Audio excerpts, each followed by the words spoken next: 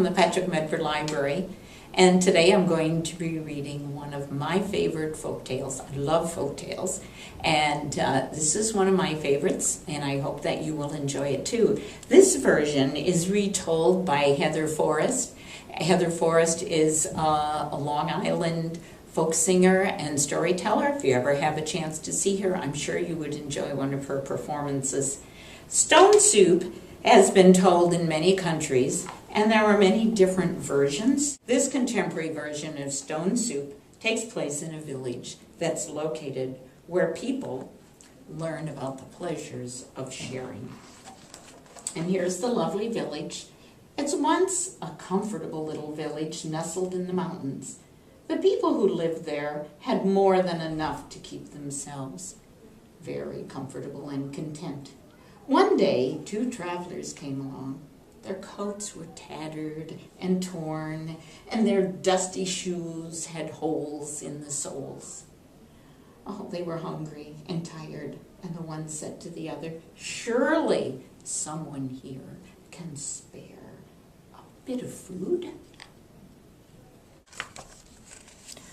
They knocked boldly on a door. It creaked open, and a woman asked, "What do you want?" "Please," said one of the travelers, "we're hungry. Do you care? Will you share? Do you have any food?"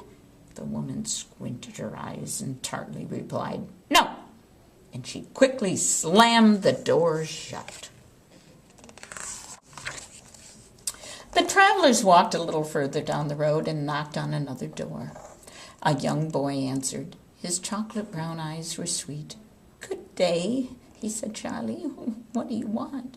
"Please," said one of the travelers, "we're hungry. Do you care? Will you share?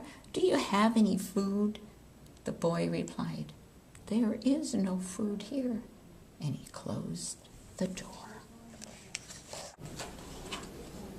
The travelers wandered wearily through the village, knocking on every door. But everywhere they heard, "I don't care, I won't share. There is no food."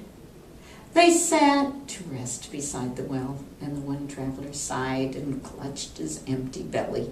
And he said, "Well, if there's really no food in this elegant little village, then the people who live here are in greater need than we are. We should make them our magical soup." The two travelers climbed up on the edge of the well and shouted, "We are master cooks. If anyone in this town has a big black pot, we will make the most delicious soup anyone ever tasted." Well, a door slowly opened. A round man emerged carrying a gigantic black pot. "I love to eat," he said. "Here's a pot. Let me see what two master cooks can do with it." "Well, watch and see," said the one traveler with glee. The travelers filled the pot with cold water, built a fire, and soon the flames licked the sides of the pot and billows of steam rose into the air. Curious people began to gather. "What is happening?" the townspeople asked. "We are making an unusual soup," said one of the travelers. "It requires a special magical ingredient. I am certain we will find it in this town."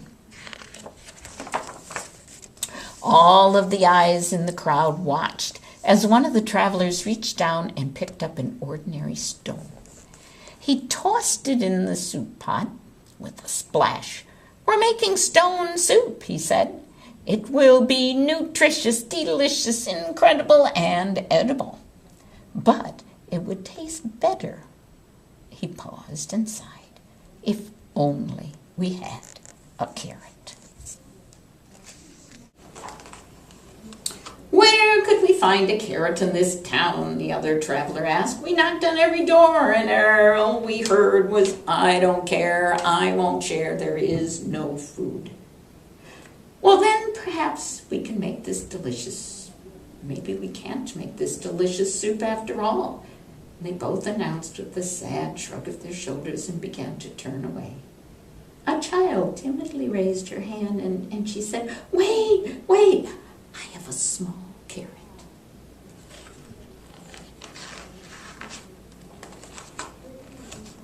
"Excellent," shouted the travelers. "Bring what you've got, put it in the pot. Together we'll have stone soup. This magical soup would taste even better if we had a potato," they said. Well, a deep voice in the back of the crowd called, "I have a potato." "Wonderful," shouted the travelers. "Bring what you've got, put it in the pot. We're making stone soup. It would taste better still," they said, "if we had just a little more ingredients in it." "Perhaps," said one villager, "I could bring a green bean." "Well," said another, "if you're going to bring a green bean, I will bring a kernel of corn." "I shall not be outdone," cried another. "I will bring an egg noodle." One by one voices announced, "I will bring a slice of celery." "I will bring a pinch of pepper." "I can bring a sprig of parsley." "I might have a tiny turnip." "Well, why are you waiting?" cried the travelers. "Bring what you've got and put it in the pot. We're making stone soup." Everyone in the town ran home to bring one thing to put in the pot. Food flew through the air and landed with splashes in the growing soup. Soon the huge pot was full and simmering. A wonderful smell drifted through the air.